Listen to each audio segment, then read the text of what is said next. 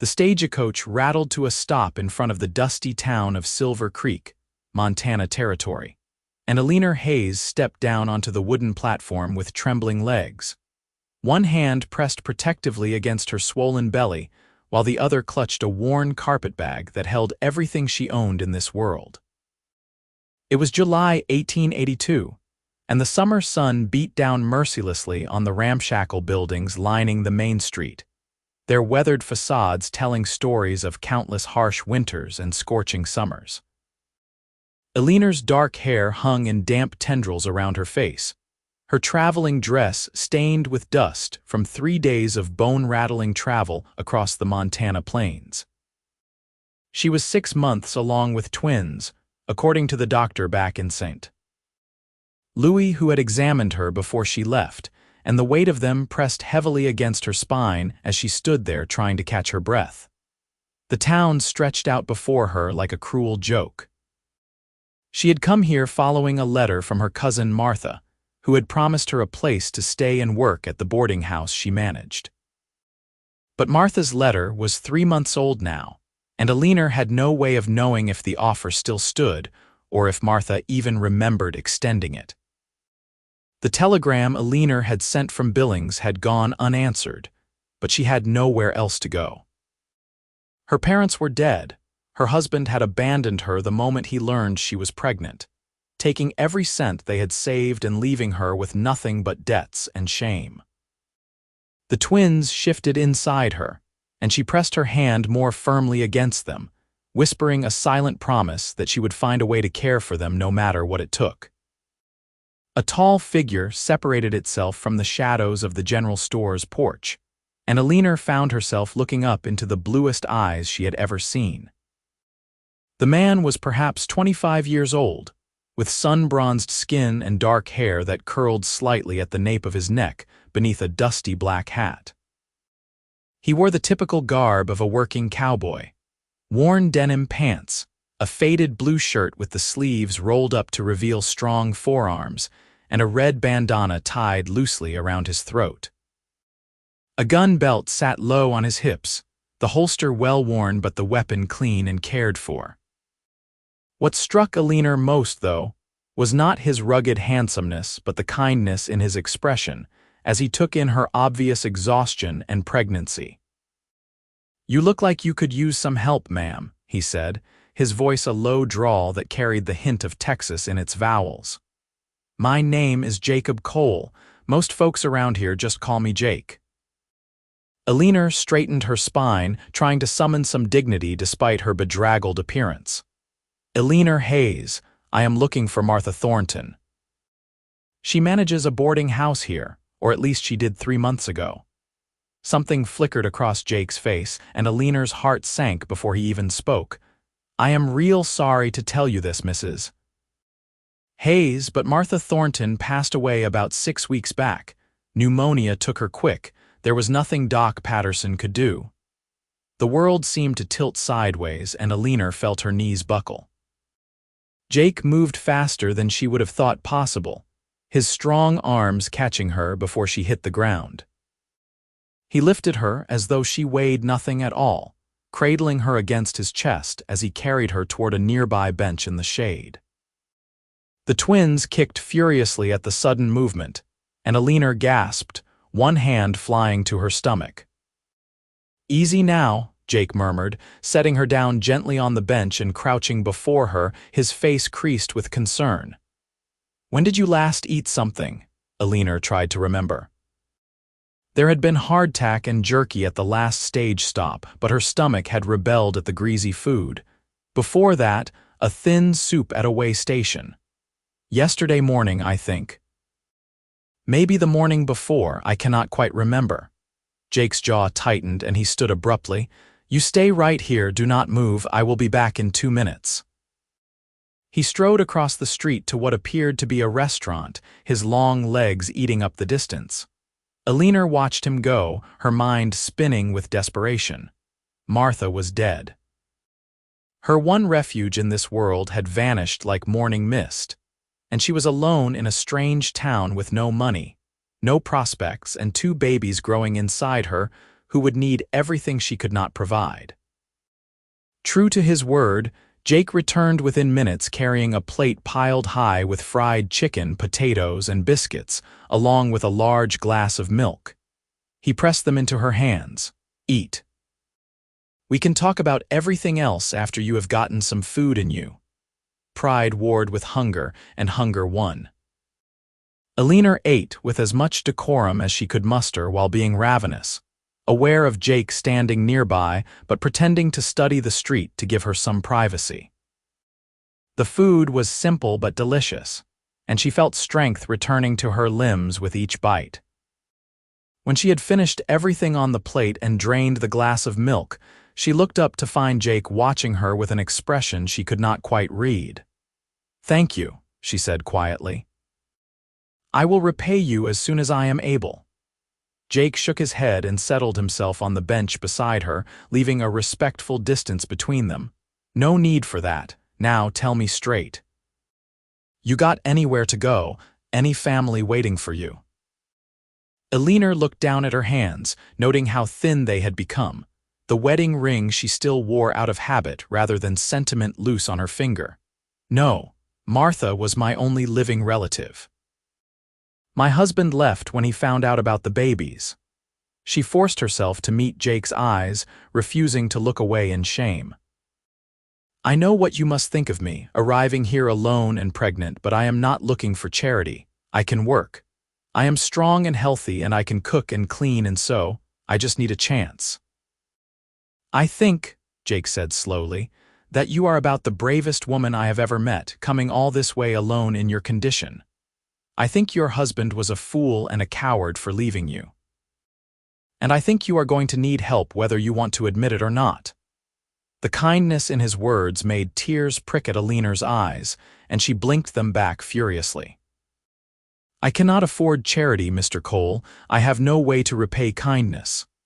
"Then it is a good thing I am not offering charity," Jake replied.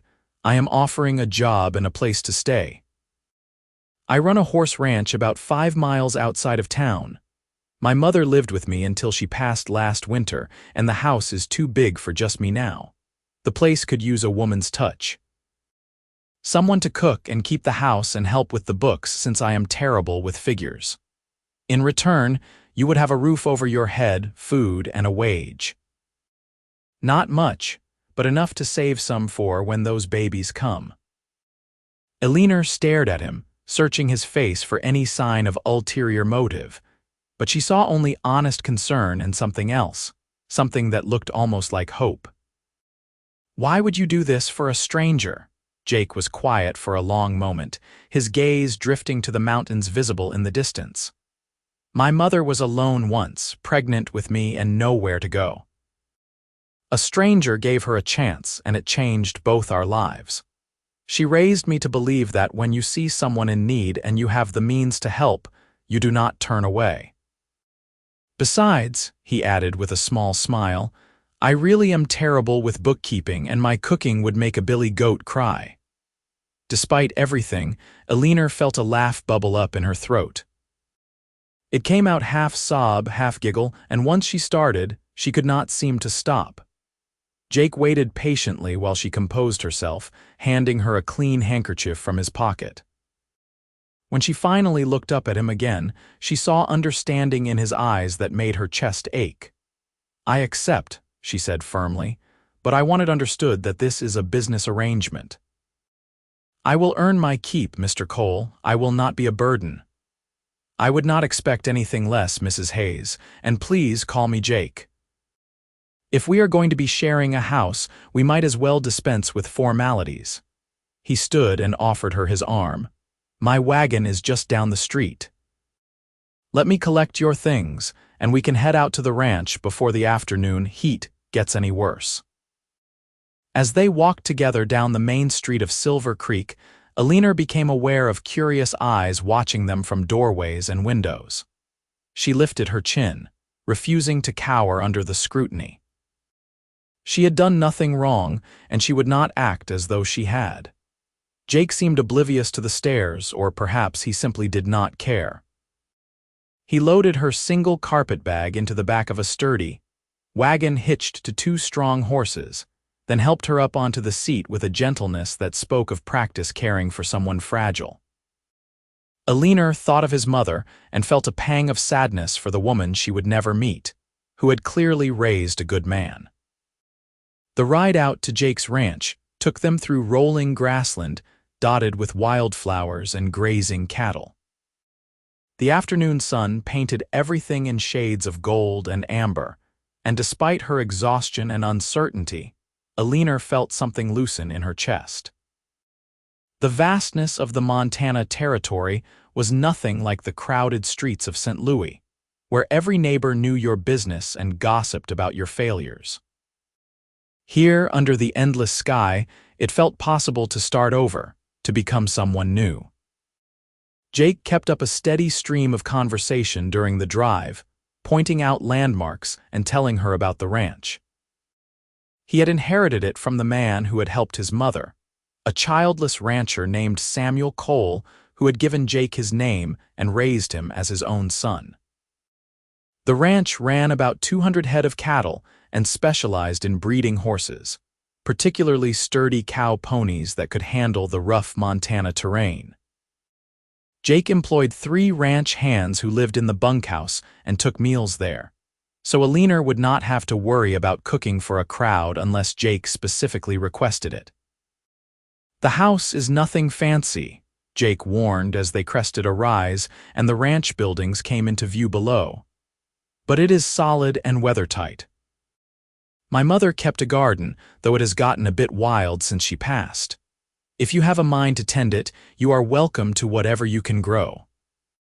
The house was a simple 2-story structure built from logs and whitewashed boards, with a wide porch that wrapped around 2 sides and offered shade from the afternoon sun. Nearby stood a large barn, a bunkhouse, and several smaller outbuildings. Corrals held horses of various colors, and Eleanor could see cattle grazing in the distance. It was rustic and rough, but there was something appealing about the orderliness of it all, the sense that this was a place where hard work and honest living were valued. Jake helped her down from the wagon and carried her bag up to the porch. The front door opened into a spacious main room that served as both parlor and dining area, with a large stone fireplace dominating one wall and windows that let in generous amounts of light. The furniture was simple but well made, and Eleanor could see a woman's touches in the curtains at the windows and the braided rug on the floor. Through a doorway, she glimpsed a kitchen with a large cast-iron stove and a hand pump at the sink.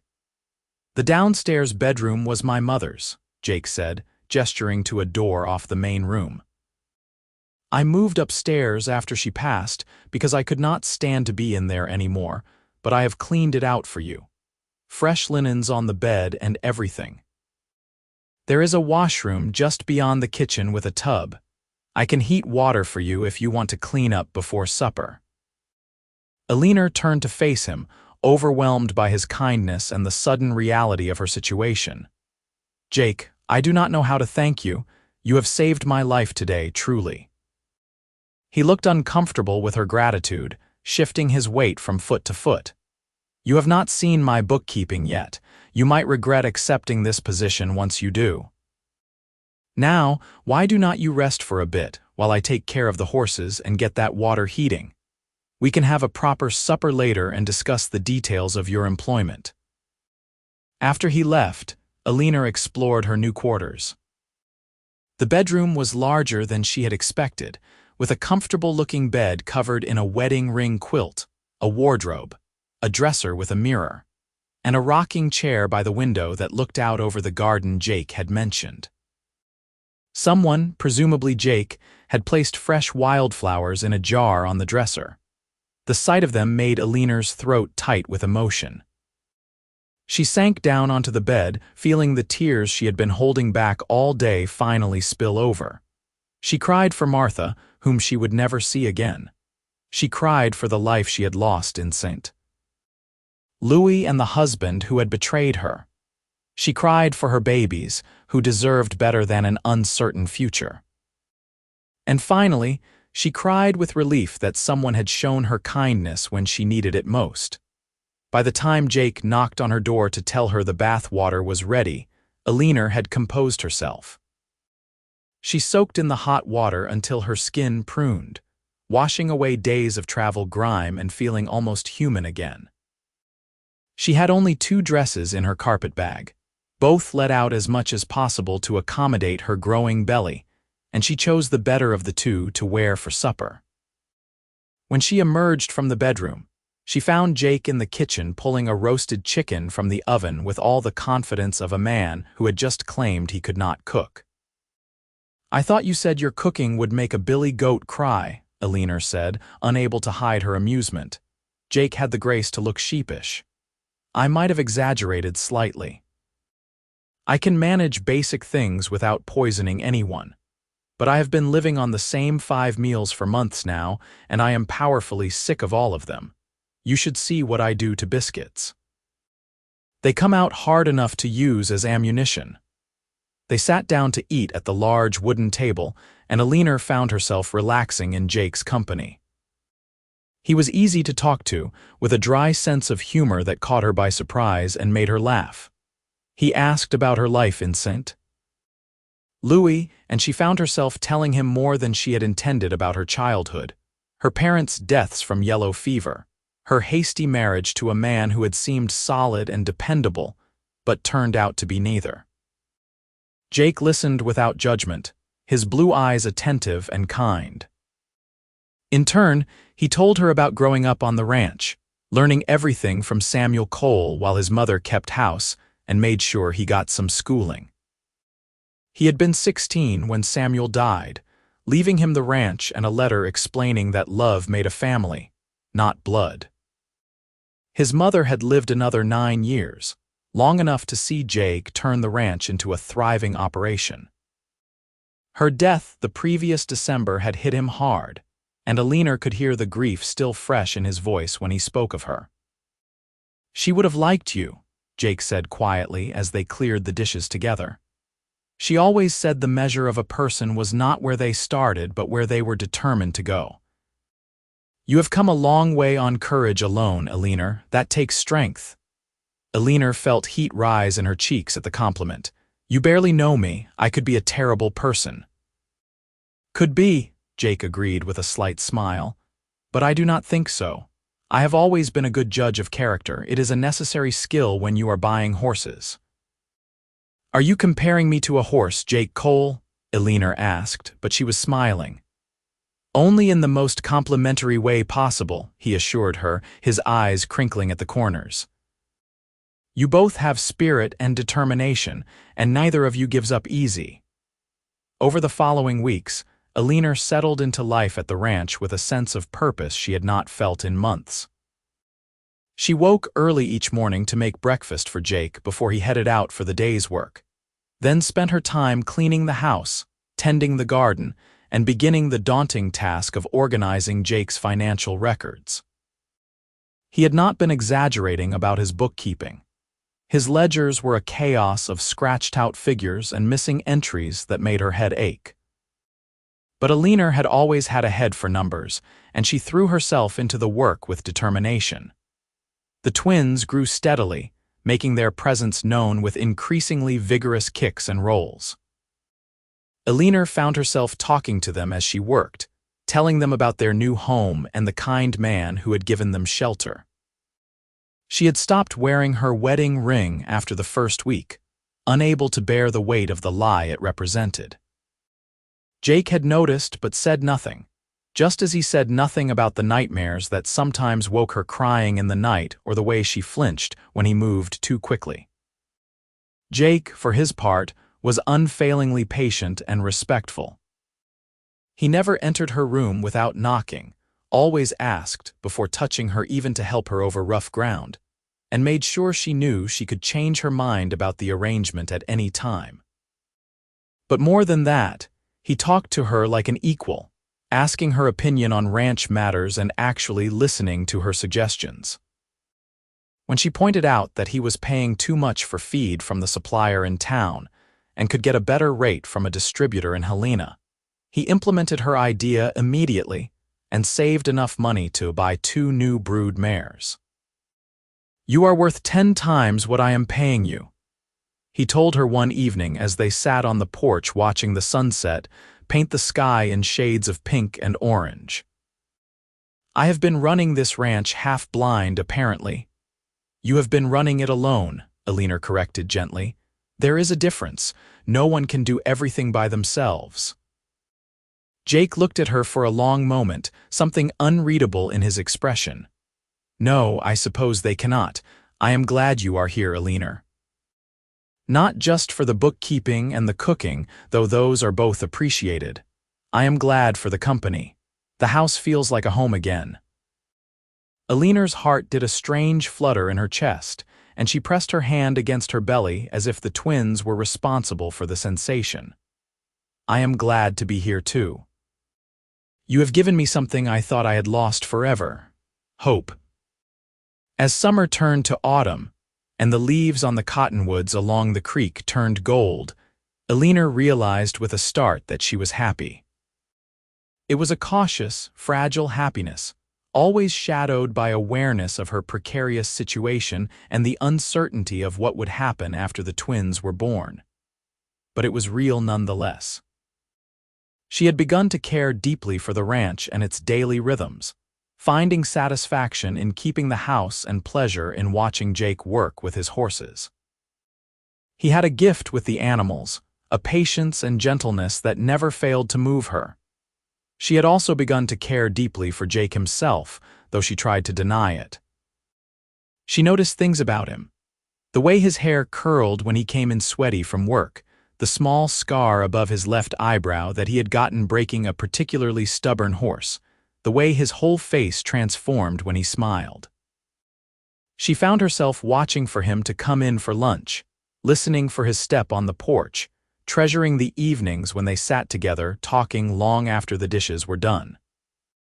It was dangerous to let herself feel this way, she knew. She had nothing to offer him but complications and other man's children, but her heart seemed not to care about logic. In late September, when Eleanor was 8 months along and moving with increasing difficulty, Jake came home from town with a package wrapped in brown paper. He set it on the table in front of her with an expression that was almost shy. "I saw this in the general store and thought you might have need of it," he said. Eleanor unwrapped the package to find a bolt of soft flannel in a cheerful yellow print, perfect for making baby clothes. Her eyes filled with tears as she ran her hands over the fabric. "Jake, this is too much. You already pay me wages. You should not be buying me gifts." "It is not a gift," Jake said firmly. "It is a practical necessity. Those babies will need clothes, and I know you have been worrying about it. I can see it on your face when you think I am not looking. Consider it an advance on your wages if it makes you feel better, but please take it." Eleanor looked up at him, this man who had shown her nothing but kindness and respect, who had given her shelter and safety and asked nothing in return, and felt something shift and settle in her chest.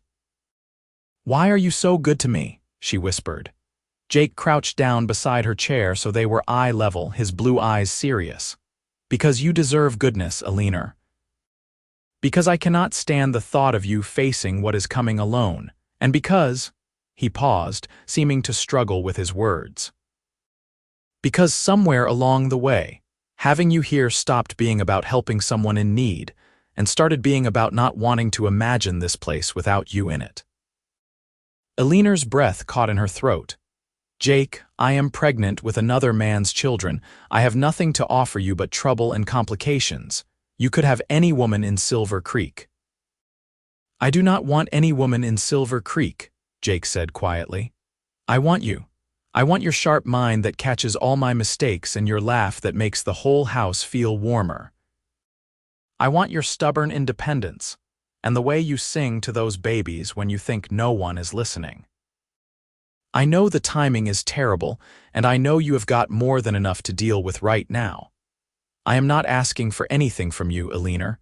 I just needed you to know that you are not alone in this. Whatever happens, whatever you need, I am here. You have got me for keeps now if you want me." The tears Eleanor had been fighting spilled over, and she reached out to cup Jake's face in her hand, feeling the roughness of his evening stubble against her palm. "I do not deserve you." "That is where you are wrong," Jake said, covering her hand with his own. "I am the lucky one. You walked into my life when I did not even know I was lonely, and you made everything better just by being here." "I am scared," Eleanor admitted. "I am scared of what comes next. I am scared I will not be a good mother. I am scared that I will wake up and discover this was all a dream. Then I will just have to make sure you know it is real," Jake said. He leaned forward and pressed a gentle kiss to her forehead, then each of her cheeks where tears had left tracks, and finally, with a questioning look that asked permission, her lips. It was the softest kiss Eleanor had ever received, tender and sweet and full of promise. When they parted, she found herself smiling through her tears. "Now you have me for keeps," she whispered against his lips, "if you are sure." "I have never been more sure of anything in my life," Jake replied. They sat together in the quiet kitchen as evening deepened outside, Jake's hand resting gently on Eleanor's belly to feel the twins moving, and Eleanor felt a peace settle over her that she had never known before. Whatever the future held, she would not face it alone. She had found something she had stopped believing existed, a place to belong and a man who loved her not despite her circumstances, but including all of them. The twins arrived on a cold October morning with the first snow of winter swirling outside the windows. Doc Patterson had come out from town the night before when Eleanor's pains started, accompanied by Mrs. Patterson, who served as the town midwife. Jake paced the main room like a caged animal, jumping at every sound from the bedroom. His ranch hands, Pete, Carlos, and young Tommy, had all found excuses to linger near the house instead of going about their usual work, their concern for Eleanor evident in their worried faces. The labor was long and difficult, made more complicated by the twins' positioning. Eleanor endured it with gritted teeth and fierce determination, drawing strength from the memory of Jake's words and the sound of his voice calling encouragement through the door when Mrs. Patterson allowed it. Finally, as the afternoon sun broke through the clouds, the first baby arrived with a lusty cry that made Jake's pacing stop abruptly. "It is a boy," Mrs. Patterson announced. "A fine, healthy boy." 10 minutes later, the second twin followed, and Mrs. Patterson's voice rang out again. "Another boy, you have got yourself 2 strong sons, Mrs. Hayes." When Jake was finally allowed into the room, he found Eleanor propped up against pillows, looking exhausted but radiant, a baby cradled in each arm. Her face was flushed and damp with sweat, her hair hanging in tangles, and Jake thought he had never seen anything more beautiful in his life.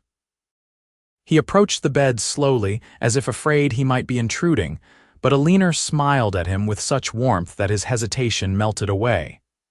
"Come meet them," she said softly. Jake sat carefully on the edge of the bed and looked down at the 2 tiny faces, red and wrinkled and perfect. Both babies had dark hair like their mother, and one of them was already trying to work a fist into his mouth. "They are beautiful," he said, his voice rough with emotion. "You are amazing, Eleanor. I was scared out of my mind, but you did it." "We did it," Eleanor corrected. "I could not have gotten through it without knowing you were out there." She looked down at her sons with wonder and love. "I want to name them Samuel and Cole, after the man who gave you your name and the name itself. They represent new beginnings, and that seems fitting." Jake's eyes grew bright with unshed tears. "Eleanor, you do not have to do that." "I want to," she insisted. "Your Sam raised a good man, and these boys deserve names with meaning behind them. Besides, I think Samuel Cole would be honored to know he was remembered this way." Over the following months, Jake proved himself as devoted to the twins as he was to Eleanor. He learned to change diapers and walk the floor with a fussy baby, singing off-key cowboy songs that somehow always did the trick. He built a larger cradle so both boys could sleep side by side, and he took night feedings when Eleanor was exhausted beyond measure. The ranch hands took to calling the babies the little bosses, and competed to hold them when they visited the house for meals. Winter settled over Montana with its customary harshness, but the house stayed warm and bright. Eleanor and Jake fell into a rhythm of partnership that deepened into something more profound with each passing day. They had not spoken again of the feelings they had confessed, both of them focused on the immediate demands of caring for two infants. But the love between them grew nonetheless, expressed in small gestures and shared glances, in the way Jake's face lit up when Eleanor entered a room, and in the way Eleanor's hand sought his whenever they sat together in the evening. One night in late February, with both babies finally asleep and the wind howling outside, Jake and Eleanor sat before the fireplace in the main room. Eleanor was mending one of Jake's shirts while he whittled a toy horse for the twins, even though they were far too young to appreciate it yet. The domestic scene felt right in a way that made Jake's chest ache with contentment. "Eleanor," he said, setting down his whittling knife, "I need to ask you something, and I want you to know there is no pressure behind it. You can say no, and nothing will change between us. You will still have your place here for as long as you want it." Eleanor set down her mending, her heart beginning to race. "What is it?" Jake slid from his chair to kneel before her, taking her hands in his. "I love you. I love you more than I thought it was possible to love another person. I love your strength and your kindness and the way you hum while you work. I love how you are with Samuel and Cole, the patience you have with them even when you are exhausted.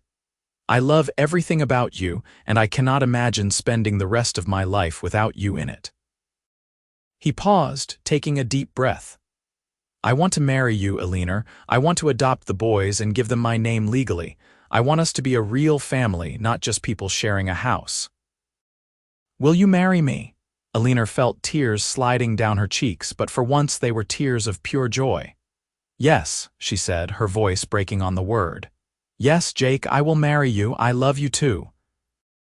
I have loved you since that first day when you refused to let me face everything alone, but I did not dare hope you could love me back." Jake pulled her into his arms, careful not to crush her, and kissed her with all the pent-up longing of months of restraint. Eleanor melted into him, marveling at how safe she felt in his embrace, how cherished. When they finally broke apart, both of them were smiling through tears. "When?" Eleanor asked. "When do you want to get married?" "Tomorrow, if you will have me," Jake said with a laugh. "But I suppose we should wait at least until we can get to town. I want to do this proper, with the preacher and everything legal. I want the whole world to know you are mine and I am yours." They were married 3 weeks later in the small church in Silver Creek, on a bright March morning that hinted at the coming spring. Eleanor wore a new dress that Jake had insisted on buying for her, simple but elegant in cream-colored wool with blue trim that matched her eyes. Jake wore his best suit, looking so handsome that Eleanor's breath caught when she saw him waiting for her at the altar.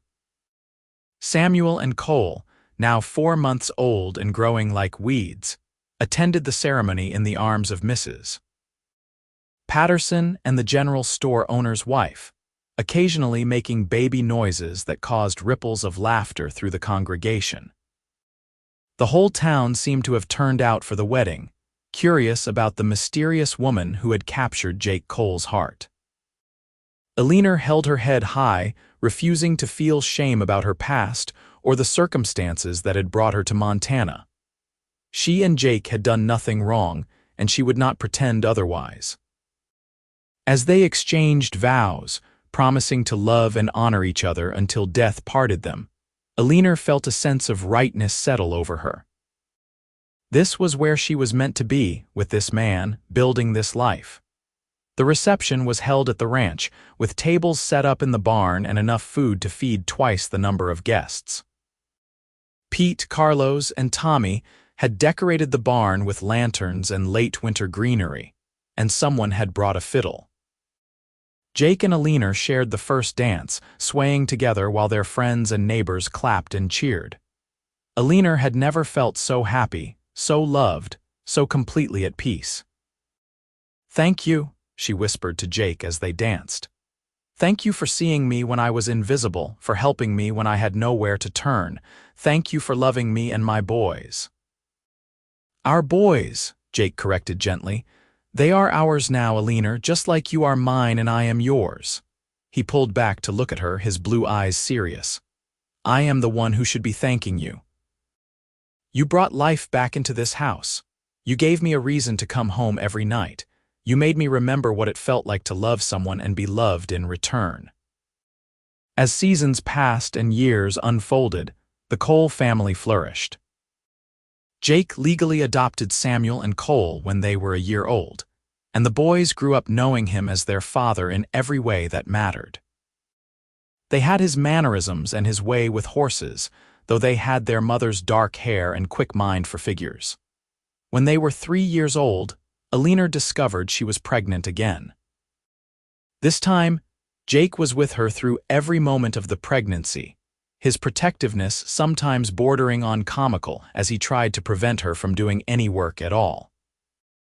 Their daughter arrived in the spring of 1886, a tiny girl with Jake's blue eyes and Eleanor's dark curls. They named her Martha, after the cousin whose letter had brought Eleanor to Montana, and she was as spoiled by her older brothers as any little girl could wish. 2 years later, another son arrived, whom they named Samuel's suggestion of Daniel, and the house rang with the sounds of children's laughter and running feet. Eleanor often thought back to that day in July 1882, when she had stepped off the stagecoach in Silver Creek, alone and terrified and pregnant with twins, with no idea how she would survive. She thought about the kind cowboy who had refused to turn away from someone in need, who had offered not charity but dignity, not pity but partnership. She looked at the life they had built together, the family they had created, the love that had grown from desperate circumstances into something beautiful and enduring, and she knew that every hardship she had faced had been worth it to bring her to this place. Jake, for his part, never regretted his decision to approach that frightened young woman on the platform all those years ago. He had been drawn by compassion but had stayed by love, and every day with Eleanor confirmed that she was the best thing that had ever happened to him. He loved her fierceness and her tenderness, her strength and her vulnerability. He loved the way she ran their household with cheerful efficiency, the way she helped him expand the ranch into one of the most successful operations in the territory, the way she loved their children with a devotion that never wavered. As the 19th century drew toward its close, the Cole Ranch prospered beyond anyone's expectations. Samuel and Cole, now young men, worked alongside their father managing the cattle and training horses that were sought after throughout Montana and beyond. Martha married a neighboring rancher's son, a good man who treated her with the same respect and love she had seen modeled in her parents' relationship. Daniel was away at school, studying to be a lawyer, determined to make his mark on the changing West. Eleanor and Jake, now in their 40s and graying at the temples, sat on their porch one evening watching the sunset paint the sky in brilliant colors. Jake's arm was around Eleanor's shoulders, and she leaned into him with the comfortable ease of long familiarity. They had faced hardships over the years, droughts and harsh winters, the death of beloved horses, the challenges of raising 4 children, but they had faced everything together, and that had made all the difference. "Do you ever think about that day we met?" Jake asked, pressing a kiss to Eleanor's temple. "About how scared you were and how close we came to never knowing each other." "I think about it often," Eleanor admitted. "I think about how alone I felt, how certain I was that I had reached the end of everything. And then you appeared, like something out of a dream, and everything changed. You changed me too, Jake said. I did not realize how lonely I was until you filled that loneliness. I did not know I could love someone as much as I love you. Eleanor turned to look at her husband, seeing in his face the young cowboy who had offered her food and hope and a second chance, but also seeing the man he had become, weathered by time but made more handsome by the character written in every line. I was carrying twins and had no one waiting for me, she said softly, echoing the fear that had consumed her that July day so long ago. And then you said I had you for keeps, and you meant it. I did mean it, Jake confirmed, and I mean it still. You have me for keeps, Eleanor Cole, until the day I die and beyond if there is anything after. You are the best decision I ever made. We are the best decision we ever made, Eleanor corrected, then leaned in to kiss her husband as the sun sank below the horizon and the first stars appeared in the darkening sky. Behind them, the house they had filled with love and laughter stood solid and welcoming, a testament to the truth that sometimes the greatest blessings come from the darkest moments, and that kindness offered to a stranger can change not just one life but generations to come. The twins they had worried so much about, Samuel and Cole, had grown into fine men who ran the ranch with the same integrity their father had taught them. They would pass down the story of how their mother came to Montana alone and afraid, and how a cowboy with a good heart had given her and them a home. They would tell their own children about the power of compassion and the importance of helping those in need. Lessons learned at the kitchen table and on the range, lessons lived out every day by the couple who had built something beautiful from almost nothing.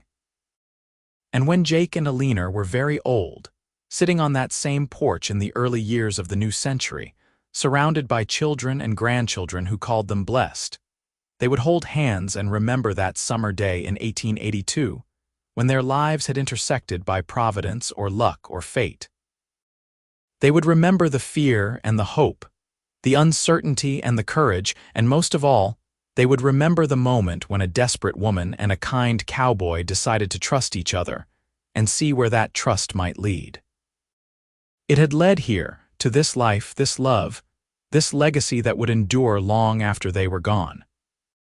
It had led to everything that mattered, and neither of them would change a single moment of the journey that had brought them home to each other.